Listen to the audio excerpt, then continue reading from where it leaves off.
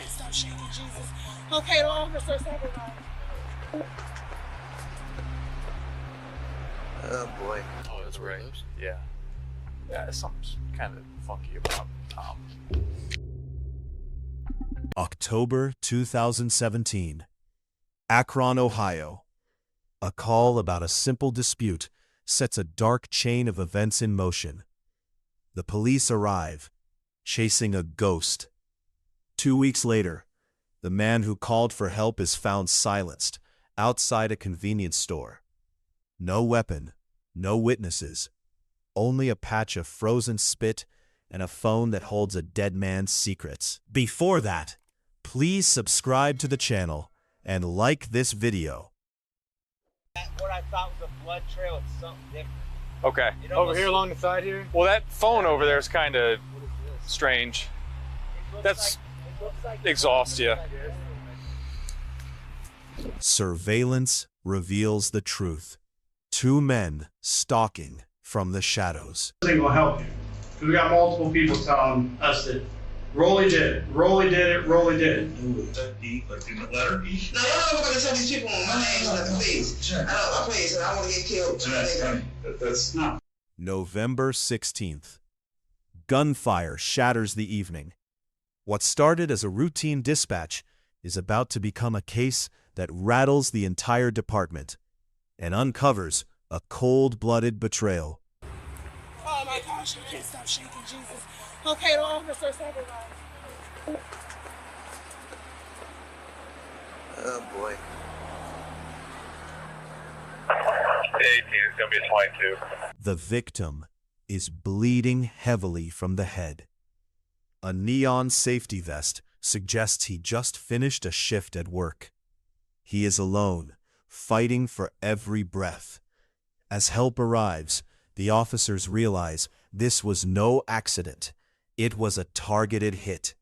The street is cold, the evidence is thin, and for Derek Alexander, the long night has just begun. Okay, 12. Go back that way, don't come through here.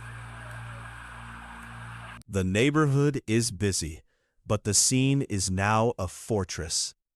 Investigators work quickly to preserve what's left of the truth.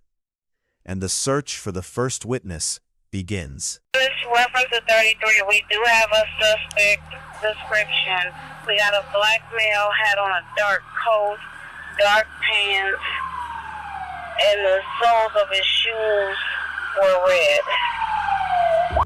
A suspect description emerges. A man in a dark coat, but it's the soles of his shoes that stand out. They are bright red.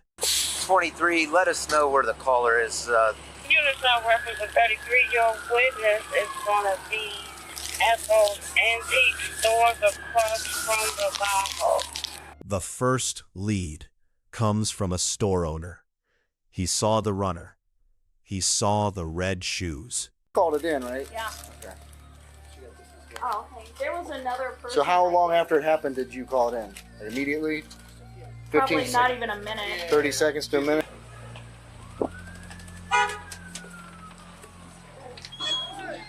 Any direction? No. So there were like 4 or 5 shots. I just heard pop, pop, pop, pop. And I'm like, Joe, was that gunshot? He's like, sure did sound like it. And right then, I was sitting back at my desk, but right then I just looked and I could see someone running from Bajo down the sidewalk. They were taller, black eye. His shoes, like on the bottom of his shoes, they were red. I remember seeing them because he was running. Shirt, pants, heavy, skinny? He was thin. Okay. Taller. Which way did he go? South. He went all the way down. Oh. No weapon is found. As the victim is rushed to the hospital, his survival looks uncertain. The street is silent, but the clock is ticking on a killer's Doesn't look like it escape. happened here. It looks like he came running from across the street. Yeah, If family shows up down there and you start having an issue, just ask for more units done. Got one of the... If he had a wallet or anything on him, to find out who he is. He has it. What'd you do with the wallet? The victim is identified as 57-year-old Derek Alexander. As the team spreads out, they look for any shell casings that can tell the story of how his life ended.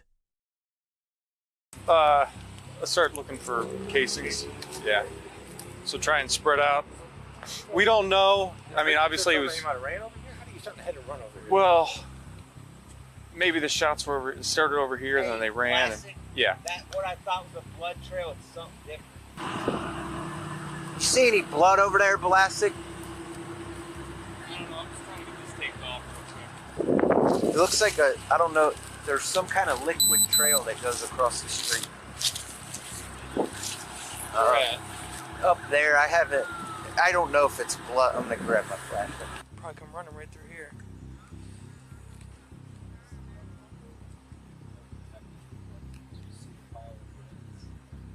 No, I didn't. So you almost walked. Oh. Almost walked up into that. Sounds like Trimble or some blood. Oh yeah, I saw his hat. Was that his hat laying there? His hat, and then there's a pile of fucking brains. Man. So, dude, I don't know, to knock someone's brains out like that, I think it's up close and personal. Yeah. Like maybe he shot and then followed behind him and came up and popped him. Yeah, if his brains and shit are out, it's definitely up close and personal. So he probably shot him, and then because those cards are laying spat all over the ground. He must have dropped them. You know what I mean, like running or something. If those were his. Yeah, man. It's just weird that they're there. Maybe he hustled somebody in a card game. Theory is one thing. Evidence is another. Without a shooter in custody, the detectives are left with more questions than answers, and a killer still walking the streets. A phone, broken phone.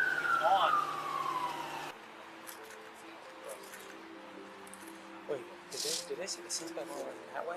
Yeah. Okay, because that's where I found that phone at. Maybe that was his phone. Yeah, it was on. What was it? We didn't fuck with it. It's still up there. It's laying down. It's on too. It's right next to our car over here. It's like right through the puddle. Be his phone then.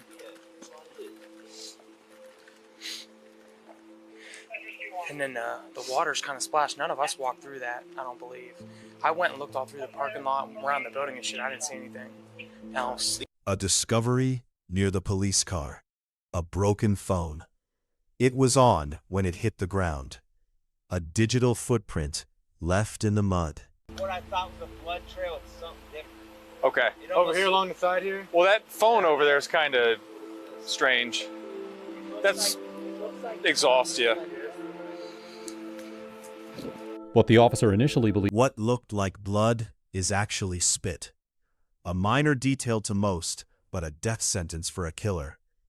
The shooter left his DNA behind in a moment of arrogance, or perhaps a final insult to the man he just murdered.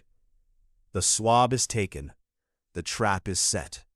Now the detectives just need a name to match the code hidden in that frozen saliva. Joe, the police are here and they want to review some footage, so you might want to come down. How you doing? Anybody happen to hear, see anything? All I heard, I was in my room unpacking. All I heard is a series of gunshots, maybe 4, maybe 3. And I told my children to get down, and everything went quiet. So I got up and I looked out my front window, and I seen a lady. She was kind of trying to run up the street. And then I looked over, and that body was on the ground. And I didn't believe it was a body, so I came outside, and that man was laying over there on that ground dead. Okay. Or alive, I don't know. You say you saw a female? Yeah, I don't know where she went to. It was just like she heard the shots, or maybe they were shooting in front of her, and she was just trying to get the hell away. Okay. Do you happen to know where she ran to? She just ran this way? She just ran up the street. Everything happened so fast, I wasn't even paying no attention to see which direction she went. That's okay. No. Do you remember, you recall by chance what she was wearing? I know it's kind of dark out here now. No, only thing I know is it was a coat and a hat, and she had a bag or a work bag or something, like she had just got off of work. Maybe she was getting off the bus or coming from the drive to the gas station. Okay. I don't know if she was on that side, but she hauled ass. The street is talking. They say a woman was there, running as the shots rang out.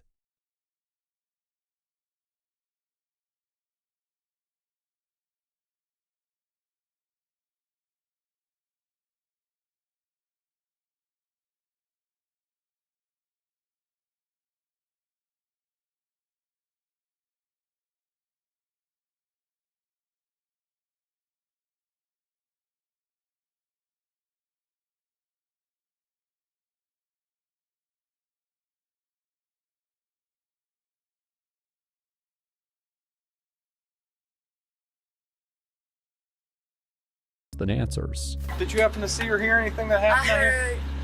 heard a girl screaming, and it was like, "Could somebody please help?" And I heard pow, pow, pow 3 times. Uh-huh. And so it was very close Right. to my house. Yeah. That's why I called you guys. Oh, you called, okay. Yes. Because people, my dog was scared, I was scared. And I'm not lying. I know the difference between a firework and a shotgun. Right. While officers They knew Derek. They called him the Candy Man, a nice guy who just started a new job. And a male named Derek. Oh, that's what I'm thinking. I heard somebody told me, they said, "Oh, I think Derek got killed." Yeah. And he lives on the top floor, The very first on the end. Okay. Top How floor, do you? I mean, how were you?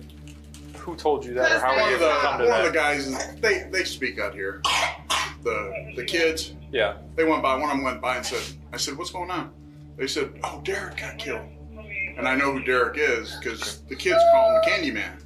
Right. Because he gives all the kids candy, That's what I said. And he's a nice guy. He's just started a new job. Okay. He always comes over and says hi to me. I'm gonna see maybe if I All can right, officer. eliminate Derek as being our victim. Yeah. hopefully. Okay. I'm really sorry to hear about it if it was him. Thank you. Because he was a decent guy. Decent guy. But you don't. He didn't have any issues.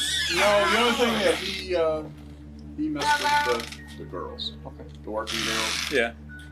And as far as I know, the only thing he had was his habit was weed. Okay. Which half of these, 90s, I should say 95% of the people have it. Right. You know, I don't mess. Derek had his vices. He spent his nights with women from the streets. Was one of them a setup? Or did his habits draw the killer's attention?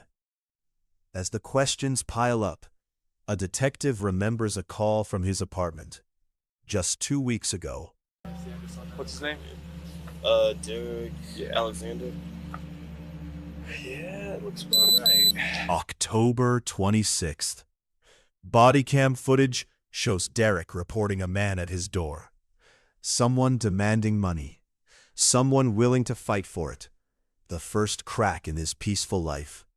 Through what exactly happened? Okay, he comes up here, knocks on the door. I come and open up the door. And he says, "You got my money." I said, "I'll have what I'm going to give you Friday." And he said, "You're going to give me $100." I said, "No, that wasn't what I owed you. I don't owe you $100." Wait, so you know who this is? This isn't a random person? No, it's just some guy I see out here in the neighborhood. I don't know his name. I mean, he knows my family. He knows my sisters and brothers. Now, if I talk to one of them, they could tell me his name and whatnot. I call one of them later and try to find out what his name is. But Yeah. they know him. I don't know him. Yeah, let's try to find out who he is. So you borrowed money from him? Right. And he came to ask for the money. And he's gonna try put interest on it. Okay. And then what happened? Well, during that we tussled and fighting and tussling, How and did then I that- got him out of here. Okay, how did that start? He pushed me. He pushed told me you? what I owed him, and I told him I wasn't gonna give him that, and he pushed me. Okay. So that's when it got started. I pushed him back. Okay, you push him back. and Right. Then we get into a scuffle. Right. Okay. So after the scuffle, you shove him out the door, or I what shoved happened him out then? the door. Okay. And then he takes off, and you don't. The description was vague then, but it's lethal now. Derek is gone. The hospital delivers the final chilling update. What was a shooting is now a homicide investigation. The search for the man at the door has become a hunt for a cold-blooded killer. Every second counts, and the urgency is felt through the entire precinct. How you doing? You have cameras here? Huh? You have cameras here? Yeah.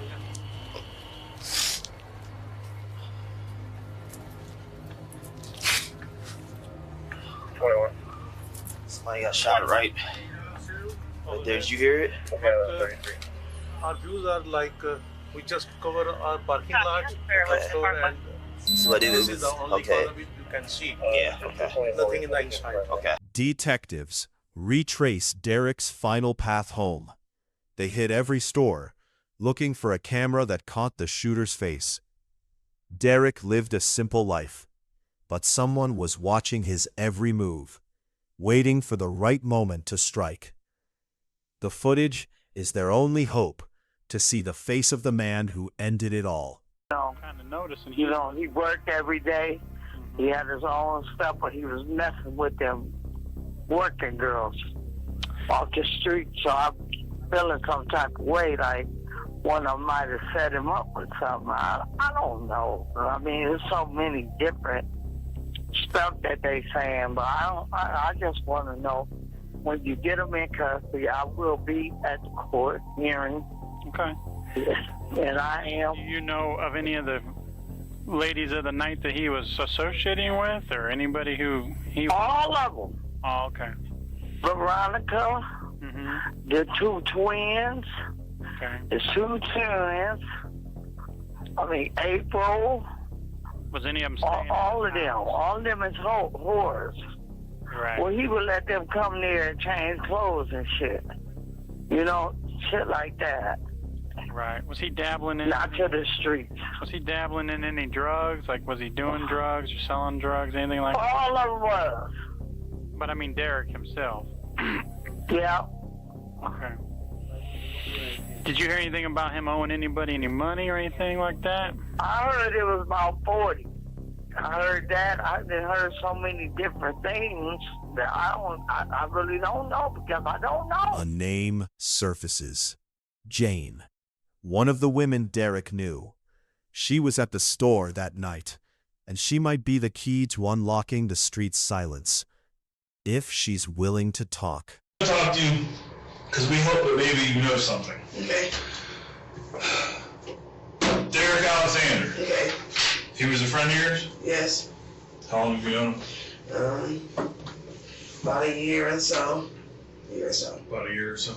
Yeah. You guys are just friends? Yeah, we're friends. I come up there and we drink beer and sit and talk, and I go. You know what happened to him, right? Yeah.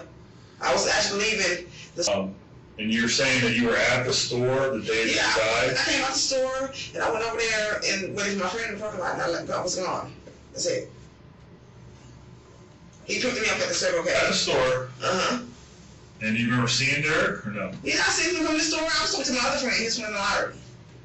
Okay. Me and him was chit-chatting. He was playing the lottery, and I was asking him, you know, can I come back to his house and get a couple snacks from his house? And, you know, I call him E? E? Yeah. You said E, like in the letter E? No, I'm going to tell these people my name, please. I please, I want to get killed. That's not with you. This is between the three. Jane was there. She admits to the proximity, the shots, the fear. But is she a witness, or was she the bait? So like I said, I was over there talking to E, you know, and I heard the shots. Boom, boom, boom. You were inside the store? I was inside the store, and I peeked down around the corner. I didn't see nothing. Okay. I went on to the Circle K. You have no problems No. with nobody? A fight, harsh words? A fight, no? No, I'm just... We're just trying to grasp at some straw of why someone would have a problem with him. I mean, he seemed to be a likable enough guy. Yeah. Like drinking, smoke, crack, whatever. Everybody does that. But I mean, no one has come up and said like, oh, he did this, or he ripped somebody off.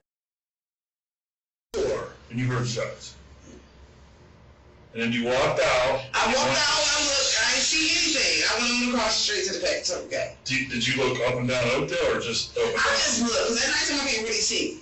Because my vision gets kind of blurry. Okay. And no harsh words, no, I didn't hear anything. But you wouldn't be shocked if Derek owed somebody some money for No, it's not a shock. The motive is coming into focus. Substances and street debt. Jane is let go. But the surveillance footage arrives. 5 angles of the truth. Derek is easy to spot in his bright vest, but it's the 2 men following him that draw the focus. They aren't customers, they are hunters. They track him like prey, watching his every move. They wait for him to exit, and then they strike. And there they are, the red shoes that the witness described. The trail is getting hot. Sidewalk. You're taller, his shoes, like on the bottom of his shoes, they were red. I remember seeing them because he was running. Shirt, pants, heavy, skinny. He was thin, taller. Which way did he go? South. He went all the way down. Units reference to 33. We do have a suspect description. We got a black male, had on a dark coat, dark pants, and the soles of his shoes were red. The hunt for the shooter in the red shoes is the top priority. Then, a black car appears. In the footage, Derek's cousin, Wayne, comes forward. He was the one who dropped Derek off at the store that night. He saw the suspects, and he heard the threats. Now, the detectives have a first-hand account of the man who promised to kill Derek. You're lost for meeting like this, but so you were the guy who dropped him off the night at the Bajo? Yeah. Uniform cleaning place out at Barberton. I'm not sure the name. Because he had a vest on. Yeah. Like a traffic vest type thing. Well, he cleans uniforms. I guess I don't know how they do it out there. He's in Barberton there? Wayne speaks. On the way home, he said, this guy this morning told me he was going to shoot me. I said, what? He said, this guy, when I left my apartment this morning to go to work at 5:30, he told me he was going to shoot me. And I said, and he asked me for a gun. And I told him, you guys that just took my gun, lately. So he was like, I know he wanted a gun, so I didn't have a gun to give him. He said he asked his brother, but he said his brothers told him no. Anyway, he said, drop me off at the Bajo. Pulled in the Bajo, and the guy was standing there, and he was like, and that's the guy right there that said he was going to do it, but he didn't point. He just said, that's the guy, and I said, who? Which one? Because it was two standing there. One guy was facing me, and the other guy had his back to us. And he said, that one right there, and I asked him, what's the guy in the gray hat? And he said, Wayne identifies the man in the gray hat, the man who threatened Derek that morning. My cousin, he asked me for some change or $1. He asked me for $1, and I just, before I could even say it, he had got out, and he, had left the car, and I'm like, why would you get out? And so, but it was females, it was like 5 females and then 2 guys standing there. So I went on and, pulled out the parking lot, and then from that point, I don't know what happened, but I guess he got shot right after then, pretty much, because it was like 5:30 when I dropped him. Yeah. Did you get a look at these 2 individuals? Are these 2 looking like the one? We're standing outside the store.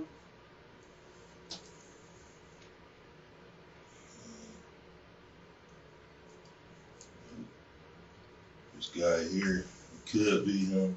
I think it is, for sure.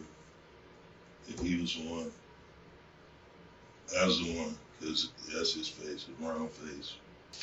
That guy there, he was at Circle K, because after I found out about it at like 11:30, I rode back down there. And he was at Circle K at the window on a bicycle.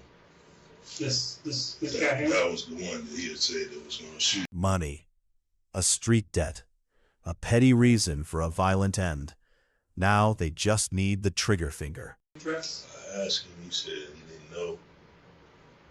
And then I asked him who was he, and he said he didn't know his name. And I was like, well. Do you know a street name or anything? Give you a nickname or He anything? didn't give me no name at all. He just said, that guy right here. I didn't buy, him getting out like that. I just figured, it would be another day. Yeah, because why would he get out? Right. Yeah. And then if it was just over a few dollars, he just asked for $1. I just told him, I said, man, he got out. Like, man, he got out, but it was, I don't know. If he'd have said it was over some money, I would have said, here, take it, leave him alone, because work every day. He got kids, grand. Dexter Moore, the man in the red shoes. There is a warrant out, and the police move in to pick him up. He tries to play it cool, acting like a witness who just happened to be there. But the detectives have seen the tape, and they know exactly what a hunter looks like. Believe it or not, I didn't see him do I don't before. believe it. I didn't see him do before, and everything I told you, you look at the tape, you see exactly how. Oh, we've looked at the tape a bunch of times. All right, Dexter. Dude, that happened. Okay. Dexter. I don't think you've done anything wrong, but I don't want to go down this path. Right. You can be a witness or a suspect. All right? No, you can't. You can be a witness or a suspect. Yeah. Dexter's story is full of holes. He claims he was just there for chips, a face in the crowd. But when the detectives mention the shoes, his confidence fades. He remembers the Nikes. He remembers the red. All right. So you came down and talked to Detective Bell about your boy, Raleigh. What's his name? I don't know. Rob. Dexter. I never said that was my boy. Dexter. I didn't see him before. Same. I ain't accused you of killing nobody. Oh, okay. Did you kill anybody? No, hell no. Did you shoot the dude? No. Okay. But we're gonna have to come to a little bit of understanding of that story, because some of that story is bullshit. Okay. All right? All right. Now, you ever heard a story, the phrase up to no good? Yep. Okay. When a reasonable person watches that video from the Baja, you spent a lot of time there. You know how many cameras they got. Yeah. A reasonable person watches that video and watch you in Raleigh, it sure as fuck looks like you're up to no good. I'm gonna tell you that flat out. Okay? Now you want to think back to what happened that afternoon. Okay. Think back. Okay. You're outside the store, you go in the store, you're eyeballing that motherfucker. No, I'm about to say, now you look, when I was outside the store material, I was right to Poppy go in. I go in, because I know the girl that's working in, I know her. Mm-hmm. I know the other dude, he been knowing me since I was young. Mm-hmm. As Dexter points the finger at a man named Raleigh, he describes a fight over a few dollars, a street debt that turned deadly. He says he walked away before the shooting started, trying to save his own skin. But in the eyes of the law, he is already too deep into a conspiracy that ended a man's life. The net is closing in. Do you know the guy that got killed? No. You didn't know him? No. You know what his name is? No. I didn't know him at all. I mean, I linger around there. But I heard some of the people. I mean, that's fine. I heard some of the people, like my one girl that I used to talk to, that I talked to, whatever. I think that was like her cousin or something like that. Raleigh. I can't really fucking say that right. I mean, yeah, I guess he did know him. They argued a little bit. I guess they argued. I guess he said, oh, bro, you know what I'm saying, a couple dollars or whatever. But other than that, I left. I pulled. They get to arguing. They about to fuss. Like, I'm out there. I'm on parole. Okay. And probation. So we in front of the store or whatever. He's like, dude, he's like, this dude owed me a couple dollars. They argued, whatever. I guess dude smoked crack or whatever the case might be. Dude, I seen dude when he walked up. This dude owed me money. They arguing, whatever. I go in and see what's going on. Look, I ain't not gonna lie to you. See when I went in the store. I go in there. Okay. I leave back out. Come back in. I'm lingering around because I just bought some stuff. I just came out of there. If you see, I had some chips. I had some chips. Black coat on. Coat right there. That coat I had on. I think I had that on already. And I had the chips right there. Boom. I get the chips. They argue, whatever. They talk or whatever. They go this way. They walk that way. I'll walk that way. I leave. I'm talking to one of the twins. They little crackheads to be around. I talk to one of them about. I go my way. Then when I go this way, do. Oh, what the fuck? Everybody just scattered around. There's nobody around. Dude laying on the ground. I go past dude. I go up past that way and get up out of there. That's the last time that it's like, yeah, about a week or two. For the rest of the interrogation, Raleigh is identified as Jerry Alford, the owner of the broken phone. Seen Raleigh with a gun? No. Be weird. I don't know who would get that motherfucker gun. Hell no. Guns are easy to come by. I mean, yeah, it is, but it ain't I never seen one. I wouldn't think he knew how to use them. How well you know Raleigh? How well you know? I know him from being around there. I've seen him around on Oakdale and shit before. You got boys hang out all the time or what? No, we don't hang out. Lightweight hang out? Yeah. If I come down that way, I see you be right there. Oh, what's up? Hit your cigarette tomorrow like that. But you ain't about to come to my house. I ain't going to your house. You ain't getting my car. I ain't getting yours. Now I catch you around in the area. Then yeah, you know you got one of them this area type. Where's he stay at? Where's he stay at? Now unless I don't know where he stayed. I see him with the same shit on all the goddamn time. He had the same shit. He's probably trying to evade. Yeah, on everything. I don't know where he stayed. I ain't never been to him. So. You know his real name? No, I know him by road. Jerry Alford turns himself in. He claims he was just a witness, arriving after the police were already there. He tries to distance himself from the crime, but the detectives aren't buying it. His story is a desperate attempt to outrun the evidence already stacking up against him. Jerry! Rolling! Oh, he's got sleep apnea. Hey! Yeah. Jerry! Wake up, my man! How you doing? Detective Dunn, this is Detective Hammond. You got sleep apnea, don't you? A little tired? Huh? Okay, I'm going to read you this first, so I'm going to go over this first, and then we'll get into what we're going to talk about, all right? Okay, you understand? You with me? The night of the 16th, November 16th. I don't know what happened. Come on, Jerry. I don't. Jerry, we have you on video. I was there, but I ain't do nothing shit. I ain't saying I wasn't at the store. So what time were you at the store? Let's go there. I was at that store all day that day. I kept going back and forth. So, I mean, okay. Pick a time. Okay, what time were you there last? Oh, shit, I came up there, no, I came there after that too, I think. But I came there when the police was outside. The evidence is piled high. Witnesses, video, and the phone. But Jerry stays silent, hoping his lies will save him. I was by myself, and there was a bunch of people outside. I mean, I was by myself. I wasn't with nobody. Okay. But you know this ain't gonna help you. Because we got multiple people telling us that Raleigh did it, Raleigh did it, Raleigh did it. Do it. So this is your time to help yourself by telling us what happened. I don't know what happened. Raleigh, you know what happened. Come on. I don't know what happened. Something happened. No, I don't know no Derek. You don't know Derek at all? No. Derek didn't owe you money? No. You don't know Derek Alexander? No. The man that you are charged with killing, you telling me you don't know him?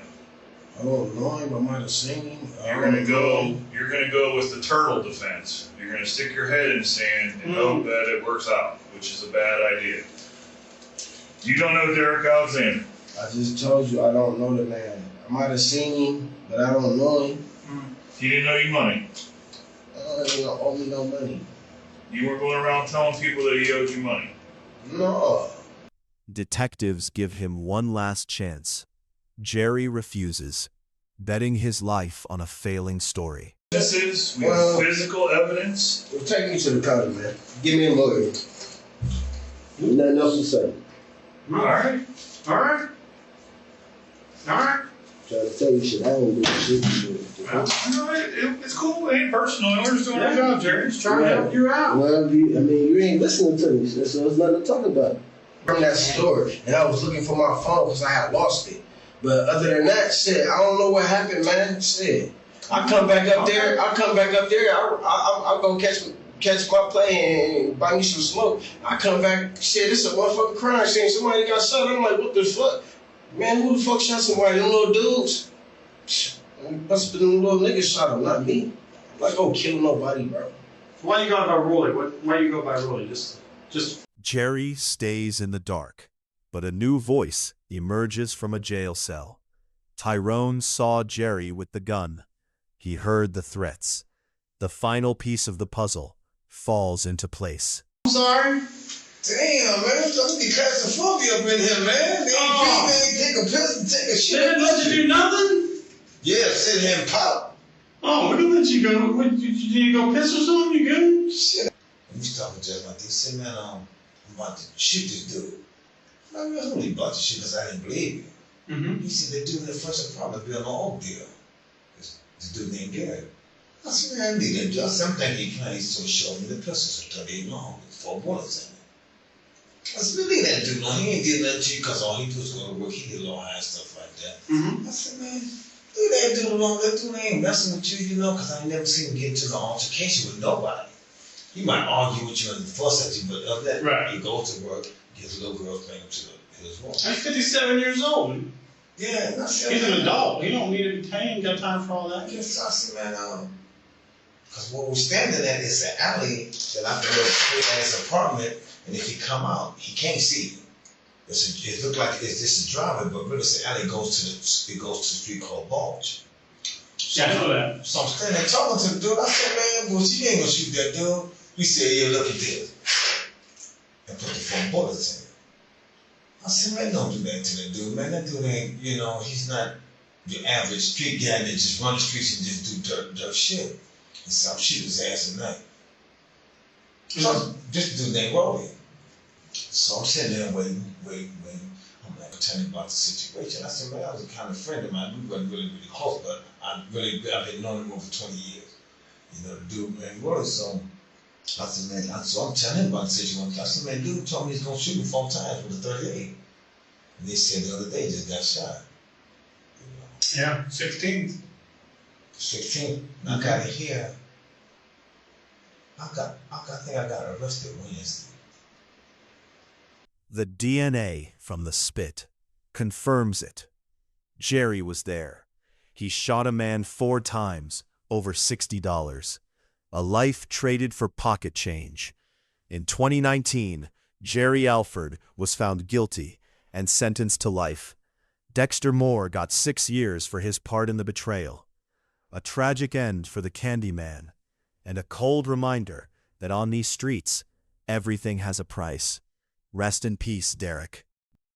If you found this case interesting, you won't believe the next video on the how landlord found in his driveway is terrifying.